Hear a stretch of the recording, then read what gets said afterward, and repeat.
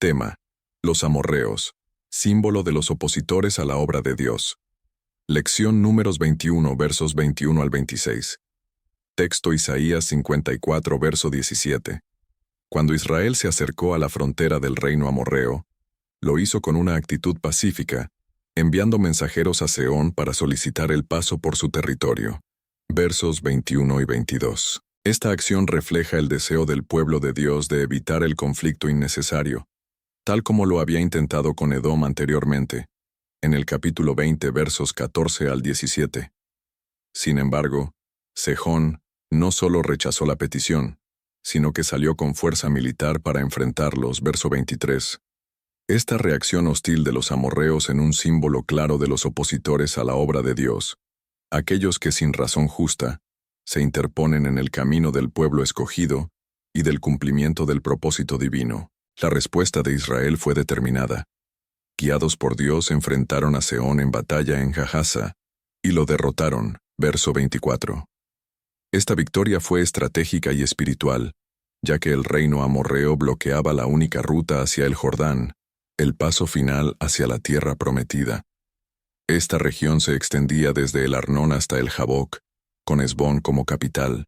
La victoria no solo abrió camino, sino que también permitió a Israel tomar posesión de la tierra. Versos 25 y 26, aunque el asentamiento no fue inmediato, como aclara Números 32. Este episodio nos enseña que, aunque el pueblo de Dios busca la paz con su prójimo, inevitablemente enfrentaremos oposición, tanto de los impíos como se señala aquí en Números, pero también de falsos hermanos, como menciona 2 de Corintios 11, verso 26, que habla de peligros entre falsos hermanos. Los amorreos representan esas pruebas inevitables, permitidas por Dios para refinar nuestra fe, más preciosa que el oro, según 1 de Pedro 1, verso 7, y que se superan mediante obediencia y confianza en su palabra, como se exhorta en Josué 1, verso 8. También nosotros estamos llamados a avanzar, no por ambición personal, sino por obediencia a la promesa divina. Hebreos 10, verso 36, dice, para que habiendo hecho la voluntad de Dios, obtengáis la promesa. Isaías 54, verso 17, complementa esta enseñanza con una poderosa afirmación. Ninguna arma forjada prosperará contra ti. Esta promesa refuerza la idea de que, aunque haya oposición, el pueblo de Dios no será derrotado. Las armas del enemigo pueden formarse, pero no prevalecerán. La victoria sobre los amorreos es una ilustración concreta de esta verdad profética. Dios no solo protege a sus hijos, sino que les da victoria contra quienes se levantan sobre ellos, pero en su debido tiempo, en el tiempo de Dios. Pues así como Israel sufrió el rechazo y levantamiento armado, así nosotros, como pueblo actual de Dios, sufriremos escarnio y rechazo por tomar la cruz y seguir un camino diferente al mundo, pero Dios estará con nosotros y nos dará la victoria si somos fieles a Él. El verso 24 menciona que los israelitas no invadieron el territorio de los amonitas, porque su frontera estaba fuertemente defendida. Según el comentario a Números de Donald J. Wiseman, Deuteronomio 2, verso 19, da una razón adicional para la moderación de los israelitas contra los amonitas. Al igual que los moabitas, descendían de Lot y, por lo tanto, eran parientes lejanos de Israel. Y, al igual que Israel, su territorio les había sido otorgado por Dios. Véase Deuteronomio 2, verso 9, y Génesis 19, versos 37 y 38. Primer título. El cristiano debe procurar la paz con su prójimo. Versículos 21 y 22. Léase Romanos 12, verso 18, y Hebreos 12, verso 14. La Escritura llama al creyente a procurar la paz con su prójimo, como expresión de obediencia a Dios y testimonio del Evangelio. En los versos 21 y 22, Israel envía mensajeros a Sehón, rey de los amorreos, diciendo, «Déjame pasar por tu tierra. No nos desviaremos por los campos, ni por las viñas, no beberemos agua de los pozos. Iremos por el camino real hasta que hayamos pasado tu territorio». Este gesto revela una intención pacífica. Israel no busca conflicto, sino tránsito seguro. Sin embargo, cuando Sejón responde con agresión, Israel se ve obligado a defenderse. Este episodio muestra que la paz fue buscada primero, pero que se defendieron, cuando la agresión se hizo inevitable. Este principio se conecta con Romanos 12, verso 18. Si es posible, en cuanto dependa de vosotros, estad en paz con todos los hombres. Y con Hebreos 12, verso 14. Seguid la paz con todos. Ambos textos revelan que la paz es una prioridad cristiana, pero no siempre está bajo nuestro control. Desde esta base, surge una tensión teológica. ¿Puede el cristiano defenderse legítimamente ante una agresión? Hay dos posturas principales que se han desarrollado. La primera sostiene que el cristiano debe rechazar toda forma de violencia, incluso en defensa propia. Esta visión fue predominante en los primeros siglos del cristianismo. Los mártires como Esteban, Ignacio de Antioquía y Perpetua aceptaron la muerte sin resistencia, viendo en ella una forma de testimonio radical. Según estudios sobre los padres de la Iglesia, como los recopilados en Early Church Fathers on War, Violence and Pacifism, los primeros cristianos rechazaban el uso de armas y veían el sufrimiento como participación en la pasión de Cristo. Este ideal cambió cuando el cristianismo se unió al Estado en el siglo IV. San Agustín, en La Ciudad de Dios, desarrolló la teoría de la guerra justa, afirmando que la guerra puede ser moral si busca la paz, castiga al agresor y es dirigida por una autoridad legítima. Tomás de Aquino, en la Suma Teológica, añadió el principio del doble efecto. Si el objetivo es proteger la vida, y el daño al agresor no es intencionado sino consecuencia secundaria, entonces el acto puede ser moralmente justificable. Esta doctrina fue usada para justificar guerras santas, cruzadas y persecuciones, mostrando cómo la ética cristiana puede ser moldeada por el poder político. La segunda postura sostiene que la defensa personal es bíblicamente permisible. Wayne Grudem, en A Biblical Argument for Self-Defense, argumenta que textos como Éxodo 22 versos 2 y 3, donde se permite matar a un ladrón nocturno, y Lucas 22 verso 36, donde Jesús instruye a sus discípulos a comprar espadas, sugieren que la autodefensa no está excluida del discipulado cristiano. Grudem interpreta Mateo 5 verso 39, pon la otra mejilla, como una exhortación a no responder con venganza ante insultos, no como una prohibición absoluta de protegerse ante violencia letal. Él incluso plantea casos prácticos, como el de un niño atacado por un abusador, donde la defensa física es necesaria para evitar daño físico y psicológico. Rodney J. Decker, en Self-Defense and the Christian, también defiende esta postura.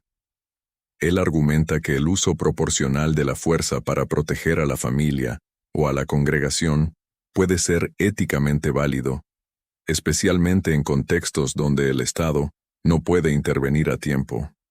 Decker cita Romanos 13, verso 4, donde el Estado es llamado instrumento de Dios para castigar al que hace lo malo, y sugiere que, por analogía, el individuo puede actuar en defensa propia sin violar el espíritu del Evangelio. Aunque muchos cristianos han promovido el pacifismo, la tradición protestante y evangélica ha contado con numerosos líderes que defendieron la legítima defensa como expresión de responsabilidad moral y protección del prójimo. Francis Asbury, pionero metodista en América, portaba una pistola y cuerno de pólvora durante sus viajes misioneros en territorios hostiles, como lo documenta The Francis Asbury Triptych. La Reforma protestante marcó un cambio notable. Reformadores como Martín Lutero defendieron abiertamente la legitimidad de la acción coercitiva por parte de la autoridad. Lutero enseñó que el cristiano está obligado a servir a la espada y a apoyarla con todo lo que pueda, no por venganza, sino por el bien de tu prójimo y para el mantenimiento de la protección y de la paz de los demás. En sus catecismos y escritos señalaron que la autoridad secular está ordenada por Dios para castigar a los malos y proteger a los buenos.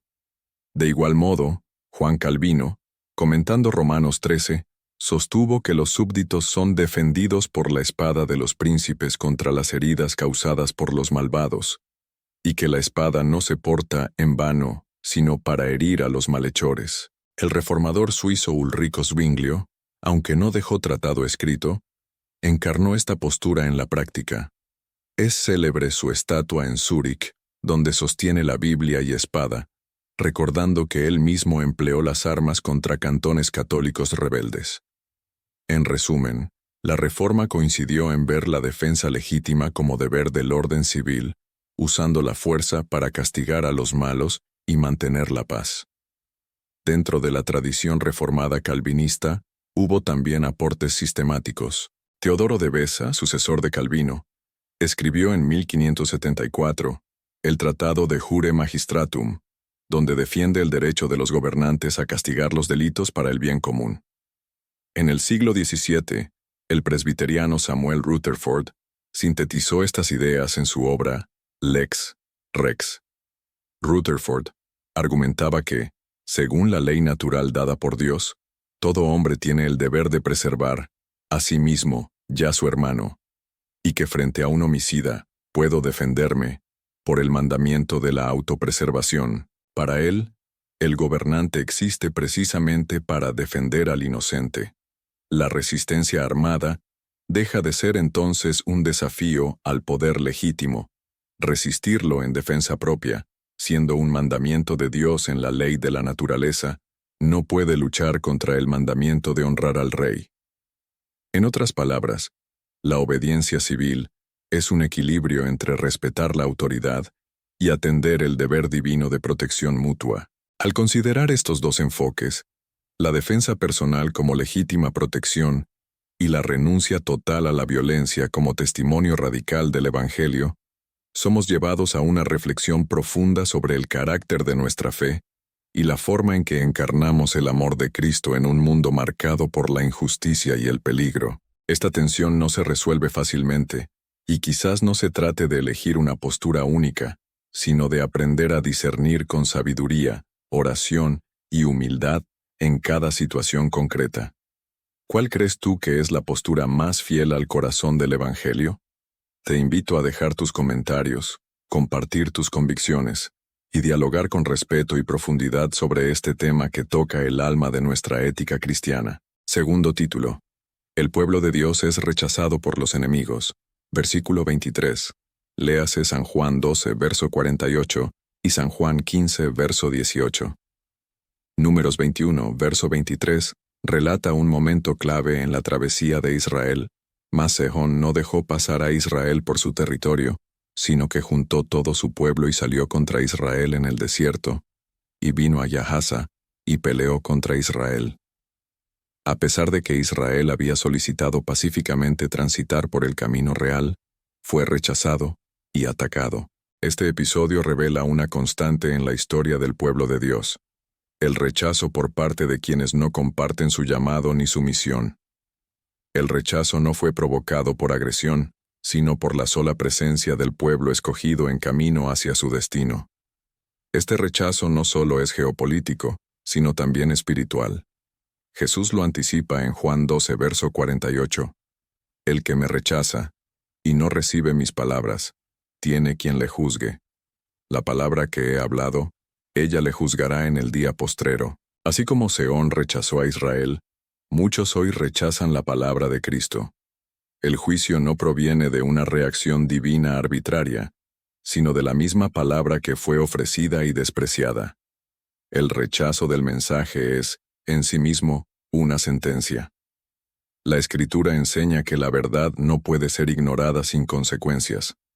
Cada rechazo es una decisión que será confrontada en el día final. Jesús también prepara a sus discípulos para esta realidad. Si el mundo os aborrece, sabed que a mí me ha aborrecido antes que a vosotros. Juan 15, verso 18. El odio del mundo hacia los creyentes no es accidental, sino una manifestación del rechazo hacia Cristo mismo. El pueblo de Dios, al caminar en obediencia, se convierte en testimonio viviente, y por ello, en blanco de oposición. Esta verdad debe ser asumida con madurez espiritual, No todo rechazo es señal de fracaso, sino a menudo, de fidelidad. La respuesta del creyente ante el rechazo debe ser discernida con sabiduría. Israel, en Números 21, no buscó la guerra, pero tampoco se rindió ante la agresión injusta. Romanos 12:18 dice: Si es posible, en cuanto dependa de vosotros, estad en paz con todos. La paz es el ideal, pero no siempre está bajo nuestro control. Cuando el rechazo se convierte en persecución, el creyente debe recordar que está siguiendo las huellas de Cristo. Ser rechazado por el mundo no es señal de que Dios nos ha abandonado, sino de que estamos en el camino correcto. El pueblo de Dios ayer y hoy ha sido rechazado por los sistemas que no comprenden su propósito. Pero en ese rechazo hay comunión con Cristo, hay testimonio del Evangelio y hay esperanza de justicia futura. Que cada creyente aprenda a caminar con firmeza, sabiendo que la fidelidad a la palabra puede traer oposición, pero también produce fruto eterno. Tercer título. Jehová derriba toda fortaleza para bendecir a su pueblo. Versículos 24 al 26. Léase Isaías 23, verso 11 y 2, a los Corintios 10, versos 4 y 5. Números 21, versos 24 al 26, narra cómo Israel, tras ser rechazado por Sehón, rey de los amorreos, lo derrota a filo de espada y toma posesión de su tierra, incluyendo Hesbón y sus aldeas. Este evento no fue una conquista por ambición, sino una intervención divina para cumplir su promesa. Israel no buscó guerra, pero Dios permitió la victoria para bendecir a su pueblo con territorio y estabilidad. Isaías 23, verso 11 declara: Extendió su mano sobre el mar, hizo temblar los reinos. Jehová mandó respecto a Canaán, que sus fortalezas sean destruidas. Este versículo revela que no hay poder humano que resista la voluntad de Dios. Las fortalezas de Canaán, símbolo de orgullo y resistencia contra el propósito divino, son derribadas por su mandato. Así como en Números, Dios actúa soberanamente para remover obstáculos que impiden el avance de su pueblo. La destrucción de fortalezas no es solo militar, sino espiritual. Dios desmantela estructuras que se oponen a su reino. El apóstol Pablo, en 2 de Corintios 10 versos 4 y 5 afirma: Las armas de nuestra milicia no son carnales, sino poderosas en Dios para la destrucción de fortalezas, derribando argumentos y toda altivez que se levanta contra el conocimiento de Dios. Aquí se revela que la lucha del creyente no es contra carne y sangre, sino contra pensamientos, ideologías y estructuras que se oponen al Evangelio. Así como Israel venció por mandato divino, el cristiano vence por medio de la verdad, la oración y la obediencia a Cristo. Las fortalezas hoy pueden ser mentiras, temores, sistemas injustos o resistencias internas que impiden la bendición. Cuando Dios derriba fortalezas, no lo hace por destrucción sin propósito, sino para edificar algo nuevo. Israel habitó en las ciudades conquistadas, mostrando que la victoria no fue solo militar, sino una bendición tangible. En la vida del creyente, Dios puede derribar relaciones tóxicas, estructuras mentales dañinas o sistemas que impiden el avance espiritual, para luego establecer paz, propósito y comunión. El creyente debe confiar en que, cuando Dios permite confrontaciones, es porque está preparando una bendición mayor. Conclusión. Jehová es el defensor y edificador de su pueblo. La enseñanza de Números 21 versos 24 al 26, iluminada por Isaías 23 verso 11 y 2 de Corintios 10 versos 4 y 5, nos muestra que Jehová no solo guía a su pueblo, sino que derriba todo lo que se interpone en su camino.